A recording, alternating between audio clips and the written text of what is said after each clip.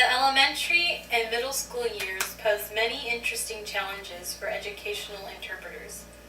Just as preschool and primary age students present ever-changing development, so do pre- and early adolescent students present a changing profile that varies both within the individual and between individuals at any given period.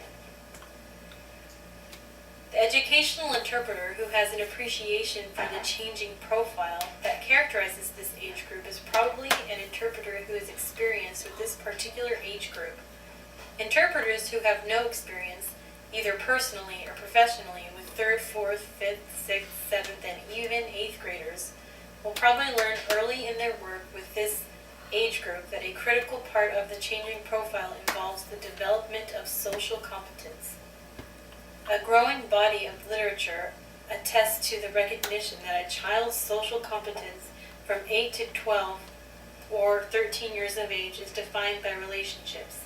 Several categories of relationships can be found in the educational setting. Peer relationships that exist between and among students who are deaf, hearing, and hard of hearing. Teacher-student relationships, teacher-interpreter relationships, teacher-student-interpreter relationships, and the broader category of relationships that exist within educational communities. Interpreters in the middle and upper elementary school grades must be sensitive to and knowledgeable of the dynamics involved in each of these relationships. Tanya Gallagher addressed sign language competence and its effect on peer relationships during these changing years.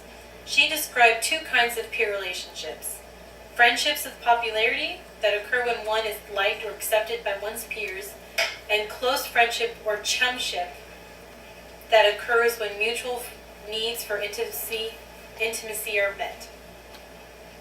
The first friendship of popularity, is evidenced in group behavior. Students in the elementary and middle school age group are likely to want to dress like, look like, and have things just like their peers, whom they perceive as popular. Being different, especially different enough to have an interpreter, may challenge the student's sense of self-esteem and impact negatively on the student's relationships with peers. I recall 3 different stories of young deaf girls who each at about the 4th to 5th grade experienced emotional struggles over their differences.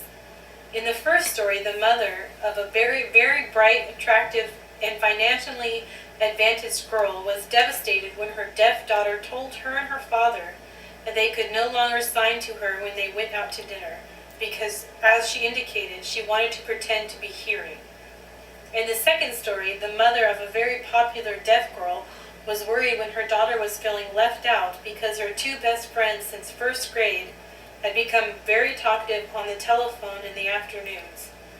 Her daughter wanted to become hearing so she too could talk on the telephone. In the third story, the mother of a very capable young girl who moved comfortably between sign language and spoken language indicated that her compliant and sweet daughter was becoming defiant and resistant, both at home and at school. There were indications that the daughter was becoming increasingly rude and inconsiderate to her interpreter, a woman she had previously adored.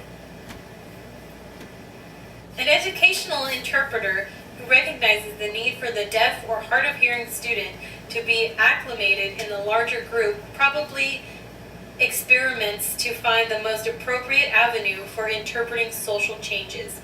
As the interpreter gains familiarity with different communication behaviors in the classroom, especially those behaviors that constitute side conversations, the interpreter should become more proficient in representing the different communication behaviors, even the slang, sarcasm, and slander that are common to these side conversations.